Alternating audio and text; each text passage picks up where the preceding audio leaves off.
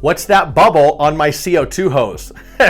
Great question. Do not pop that bubble. Simply do not pop it. The reason being is what happened is the hose. So let's back up. CO2 flows through your hose. CO2 expands.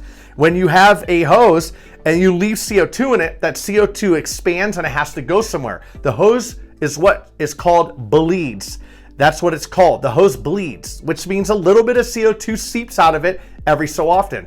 Now, these hoses are manufactured to where they allow the CO2 to escape that rubber jacket that's on the outside of it. Rubber or polyurethane or some type of what you would think is a rubber type plastic for layman's terms, but that allows the CO2 to escape. When it gets dirty or it gets clogged, or sometimes there was a small section that was missed, or the hose, the CO2 doesn't flow out of it right, those are things that will make a bubble on hoses. Sometimes they appear on ours. Normally they don't. In the history of 12 years doing this, 2 hoses had bubbles on it. So I'm just prefacing that here. But if you get a hose somewhere else and it gets a bubble on it, do not pop it. The reason being, that hose is under 800 PSI, 800 pounds of square inch pressure. That's how much pressure is in there. If you take a pin or if you take something and pop that, it's literally like a 12 gauge shotgun goes off right next to your eardrum, and it will damage your hearing. So please, please, please be safe.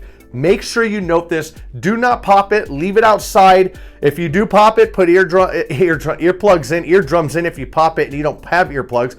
Pop it outside or leave it outside and let the CO2 kind of work its way back out after a couple days, and then contact us and let us know what the problem is, and we are here to help you.